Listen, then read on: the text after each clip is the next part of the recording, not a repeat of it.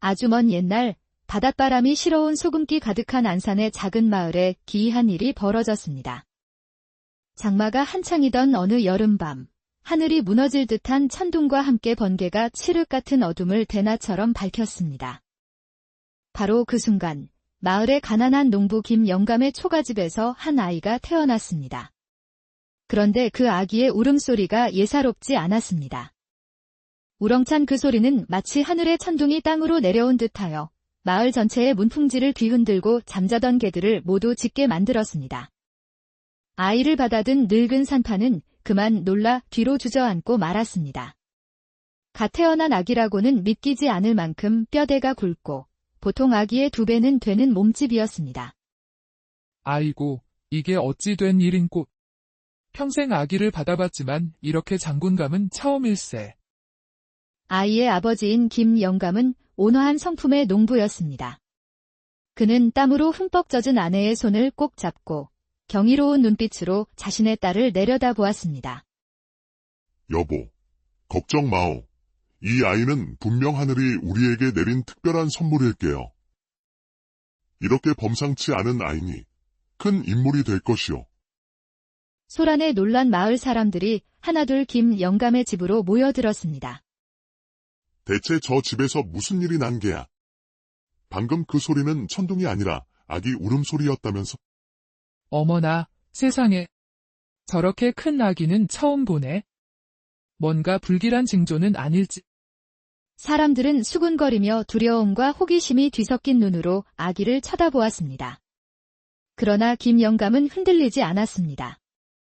그는 갓 태어난 딸을 조심스럽게 품에 안고 비가 그친 밤하늘을 올려다보았습니다.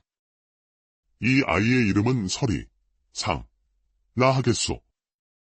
서리처럼 차갑고 맑은 지혜를 가지되 세상을 덮는 큰 덕을 쌓는 사람이 되라는 뜻이오.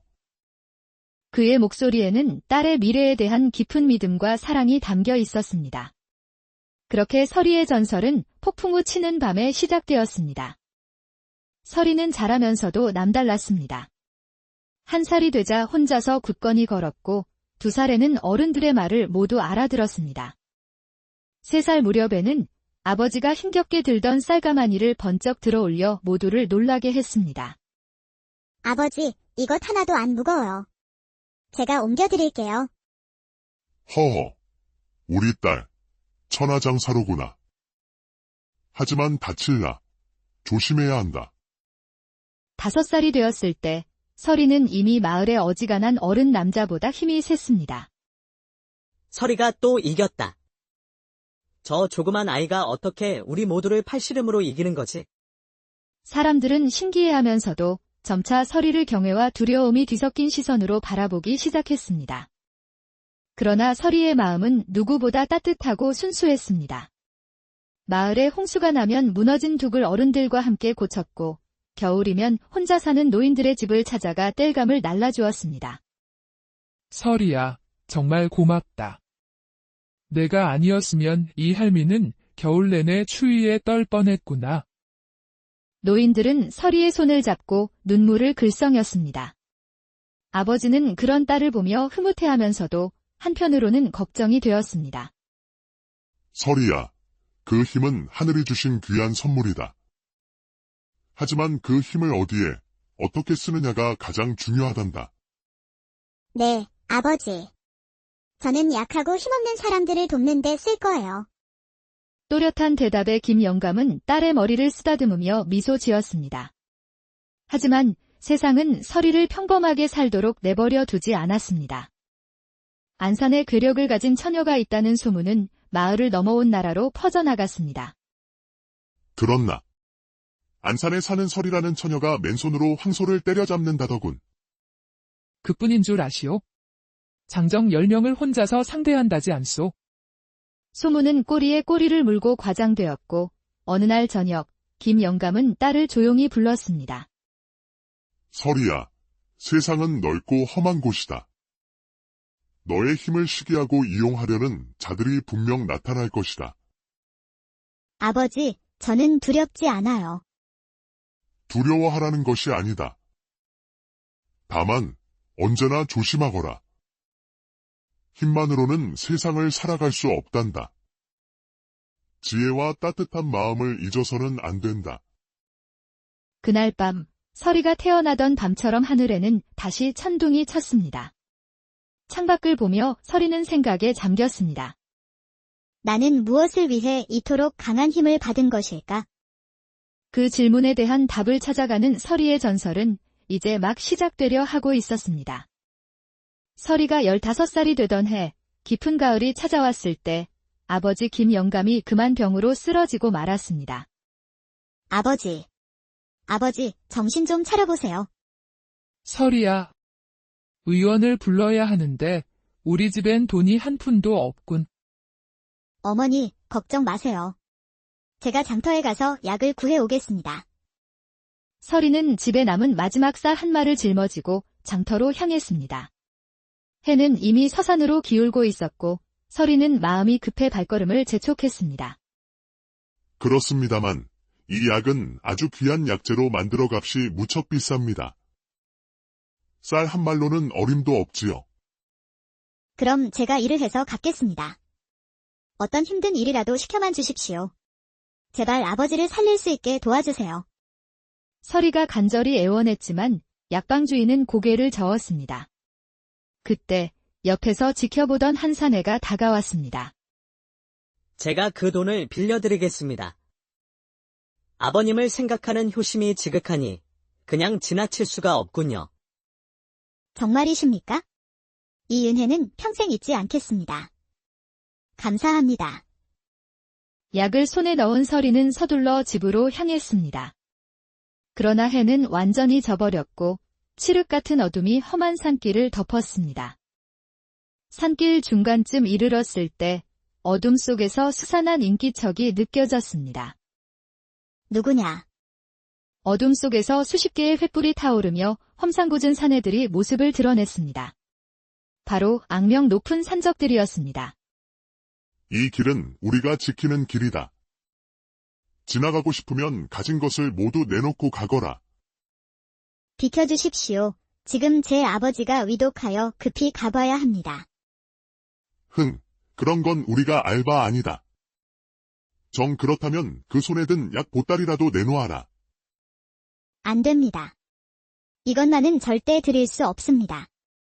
산적 하나가 약 보따리를 빼앗으려 손을 뻗는 순간 서리는 그의 손목을 움켜쥐었습니다. 으악. 내 손목. 뼈가 으스러지는 듯한 고통에 산적은 비명을 지르며 쓰러졌습니다. 못들 하느냐. 저 계집애를 당장 해치워라. 산적들이 일제히 칼을 빼들고 달려들었습니다. 서리는 약 보따리를 등 뒤로 단단히 묶고 주먹을 쥐었습니다. 달빛 아래 좁은 산길에서 한 명의 처녀와 수십 명의 산적들 사이에 숨막히는 싸움이 벌어졌습니다. 서리는 날아오는 칼날을 가볍게 피하며 산적의 배에 주먹을 날렸고 산적은 비명과 함께 저만치 날아가 나무에 부딪혔습니다. 동시에 덤벼드는 두 명의 멱살을 한 손에 하나씩 잡고는 번쩍 들어 올려 땅에 내리꽂았습니다. 그아! 이년은 괴물이다. 흩어지지 말고 한꺼번에 덤벼라. 혼자서는 못 당한다. 산적들이 사방에서 포위해 들어왔지만 서리는 침착했습니다. 그녀는 날아오는 창을 맨손으로 잡아반으로 부러뜨렸고 자신을 향해 내려치는 칼날을 두 손으로 막아냈습니다. 쩌렁하는 쇳소리와 함께 칼이 두 동강 나자 두목은 믿을 수 없다는 표정으로 뒷걸음질 쳤습니다. 이럴 수가. 서리는 천천히 다가가 그의 멱살을 잡았습니다. 다시는 힘없는 사람들을 괴롭히지 마십시오. 다음에는 용서하지 않겠습니다. 그녀는 두목을 번쩍 들어 산 아래 덤불 속으로 던져버렸습니다. 비명소리가 멀어지고 남은 산적들은 무기를 버리고 뿔뿔이 흩어져 도망쳤습니다. 서리는 숨을 고르며 약 보따리가 무사한 것을 확인하고 다시 집을 향해 달리기 시작했습니다. 마침내 집에 도착한 서리는 약을 정성껏 타려 아버지의 입에 넣어 드렸습니다. 한참 후 아버지가 희미하게 눈을 떴습니다. 서리야. 아버지. 정신이 드셨어요. 아버지. 고맙구나. 내 딸. 그날 밤 서리는 아버지의 곁을 지켰습니다. 하지만 그녀는 알지 못했습니다. 산에서의 싸움이 소문이 되어 그녀의 운명을 거대한 파도 속으로 밀어넣고 있다는 것을 말입니다. 산적 수십 명을 혼자 물리친 서리의 소문은 날개를 단 듯 퍼져나갔고 장터마다 사람들은 그녀의 이야기를 화제로 삼았습니다. 그러던 어느 날 한 무리의 사내들이 서리의 집을 찾아왔습니다. 그들의 우두머리는 태호라는 이름의 사내였습니다. 당신이 서리 낭자이시오. 소문대로 대단한 기계를 지니셨구려. 저를 찾아온 용건이 무엇입니까? 저희는 장터를 돌며 상인들을 보호하는 일을 하고 있소. 낭자의 힘을 빌려 간악한 무리들에게서 상권을 되찾고 싶소이다. 우리와 함께해 주시오. 저는 싸움을 좋아하지 않습니다. 낭자, 아버님의 약값도 계속 필요하지 않으시오. 우리와 함께하면 가족들을 편히 모실 수 있을 것이오. 이것은 싸움이 아니라 질서를 바로잡는 일이오. 태호의 말에 서리는 깊은 고민에 빠졌습니다. 그날 밤 서리는 아버지에게 모든 것을 털어놓았습니다. 서리야, 아비가 말했지? 중요한 것은 힘이 아니라 그 힘을 쓰는 마음이라고. 내가 하는 일이 떳떳하고 남을 해치지 않는다면 무엇을 해도 좋다. 며칠 후 서리는 태호를 다시 만났습니다. 당신의 제안을 받아들이겠습니다. 하지만 조건이 있습니다. 절대로 약한 사람들을 해치지 않겠다고 약속하십시오. 우리는 정당하게 상인들을 보호하고 대가를 받아야 합니다. 좋소. 낭자께서 우리의 두목이 되어 주신다면 무엇이든 따르겠소. 그 순간 태호와 그의 무리는 일제히 서리 앞에 무릎을 꿇었습니다. 형님, 저희를 이끌어 주십시오. 그들은 여인인 서리에게 존경의 의미를 담아 형님이라 불렀습니다. 이렇게 조선 최초의 여자 두목, 서리의 시대가 열렸습니다. 서리가 이끄는 무리는 악명 높은 왈패들을 차례로 제압하며 장터의 평화를 되찾았습니다. 상인들은 서리에게 감사를 표했고 그녀의 명성은 더욱 높아졌습니다. 하지만 서리의 명성이 높아질수록 전국의 어두운 세력을 지배하던 악명 높은 두목, 흑호의 심기를 건드리게 되었습니다. 감히 계집애 하나가 내 영역을 넘봐? 당장 그년의 목을 가져오겠다. 며칠 후 한양의 가장 큰 장터에서 서리와 흑호는 마주쳤습니다. 장터의 모든 사람들이 숨을 죽이고 두 사람을 지켜보았습니다. 내년이 설이냐? 오늘 내 오만방자함을 꺾어주마. 저는 싸움을 원치 않습니다. 물러나 주십시오. 웃기는 소리. 죽어라. 흑호의 주먹이 바람을 갈랐지만 서리는 가볍게 피했습니다. 두 사람의 주먹이 부딪힐 때마다 천둥 같은 소리가 울려 퍼졌고 땅이 흔들렸습니다. 흑산의 힘은 강했지만 움직임이 컸습니다. 서리는 그의 빈틈을 노려 팔을 잡고 거대한 몸을 번쩍 들어 올렸습니다. 에이, 이럴 수가.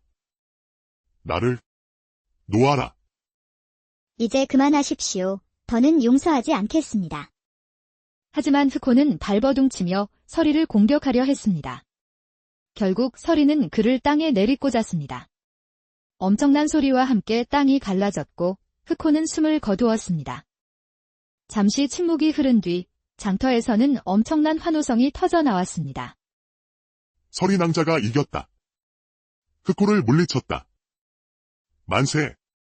하지만 서리의 얼굴은 굳어 있었습니다. 그녀는 떨리는 목소리로 속삭였습니다. 내가 사람을 죽였어. 형님, 이건 형님의 잘못이 아닙니다. 저 자는 수많은 백성을 괴롭힌 악인이었습니다. 형님 덕분에 모두가 평화를 되찾았습니다. 이것은 정당한 싸움이었습니다. 그날 이후 서리는 조선에서 가장 유명한 인물이 되었습니다. 하지만 그녀의 마음속에는 사람을 해쳤다는 깊은 상처가 남았습니다. 흑호가 사라진 후 전국의 왈패들이 서리에게 고개를 숙였습니다. 그녀의 무리는 순식간에 수백 명으로 불어났습니다. 서리는 무리 앞에 새로운 규칙을 선포했습니다. 첫째, 가난한 백성들에게서는 단 한 푼도 받지 않는다.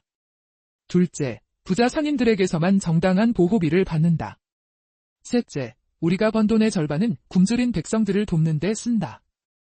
몇몇이 불평했지만 서리의 단호함과 태호의 설득에 모두가 그 규칙을 받아들였습니다. 그날부터 서리의 무리는 의적, 뉘적이 되었습니다. 굶주린 이들에게 무이자로 곡식을 빌려주고 병든 자들을 위해 약을 구해주었으며 쉴 곳 없는 이들을 위해 쉼터를 지었습니다. 서리 낭자님은 하늘이 내린 보살이셔. 그분 덕분에 우리가 사는 거야? 하지만 서리의 선행은 고리대금으로 배를 불리던 부패한 양반들과 관리들의 심기를 건드렸습니다. 저 계집애 때문에 우리 수입이 반으로 줄었소. 이대로 둘 수는 없지? 관아에 고발하여 법으로 다스려야 하오. 며칠 후 관군들이 들이닥쳐 서리를 왈패의 두목이라는 죄목으로 체포했습니다. 형님, 안 됩니다. 저희가 맡겠습니다. 안 된다. 관군과 싸우면 역적이 되는 것이다. 나는 죄가 없으니 걱정하지 마라. 서리가 잡혀갔다는 소식에 그녀에게 도움을 받았던 수천 명의 백성들이 관아 앞으로 몰려들었습니다. 서리 낭자를 풀어주시오. 낭자님은 죄가 없소. 백성들의 함성에 사또는 당황했고 상황은 일촉즉발의 위기로 치달았습니다. 바로 그때 관아 문이 열리고 한 선비가 걸어 나왔습니다. 여러분, 진정하십시오. 저는 이곳을 지나던 나그네인데 대체 무슨 일로 이리 모이셨습니까? 백성들의 이야기를 들은 선비는 관아 안으로 들어갔습니다. 잠시 후 관아 안에서 사또의 다급한 목소리가 들려왔습니다. 어사 박문수 님이셨단 말입니까? 소인이 죽을 죄를 지었습니다.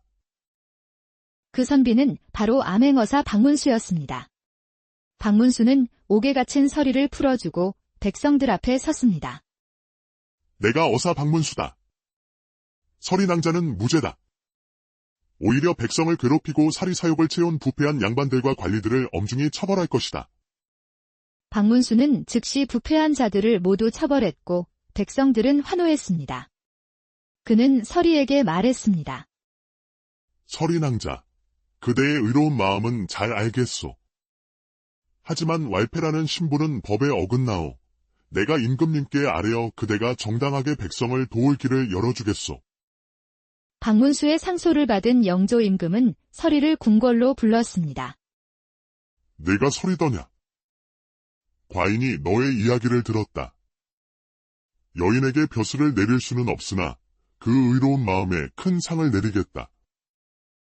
너에게 인삼무역권과 청나라 교역권을 내리니 이 권리로 정당하게 불을 쌓고 지금처럼 백성들을 계속 도우라. 성은이 만극하옵니다. 전하. 그 후 서리는 조선 최고의 거상이 되었습니다. 그녀는 막대한 부를 쌓았지만 초심을 잃지 않고 번 돈의 대부분을 백성들을 위해 사용했습니다. 그녀가 사는 마을은 희망터라 불렸고 전국 각지에서 가난하고 병든 이들이 모여드는 희망의 땅이 되었습니다. 세월이 흘러 서리는 백발의 할머니가 되었습니다.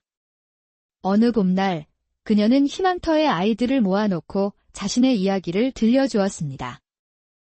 얘들아, 기억하렴. 진정으로 강한 힘은 주먹에서 나오는 것이 아니란다. 남을 도우려는 마음, 약한 이를 지키려는 마음. 그것이 바로 세상에서 가장 강한 힘이란다. 네, 할머니. 저희도 할머니처럼 될래요. 어느 겨울날 서리는 많은 사람들의 곁에서 평화롭게 눈을 감았습니다. 그녀의 장례식에는 수만 명의 백성들이 모여 그녀의 마지막 길을 배웅했습니다. 서리는 희망터가 내려다 보이는 언덕에 묻혔고 그녀의 비석에는 이렇게 새겨졌습니다. 약자를 지킨 여인 서리. 그녀의 덕은 이 땅에 영원히 있으리. 세월이 흘러도 희망터는 사라지지 않았고 서리의 이야기는 전설이 되어 사람들의 마음속에 영원히 살아남았습니다. 진정한 힘은 파괴가 아닌 사랑에 있다는 것을 보여준 그녀의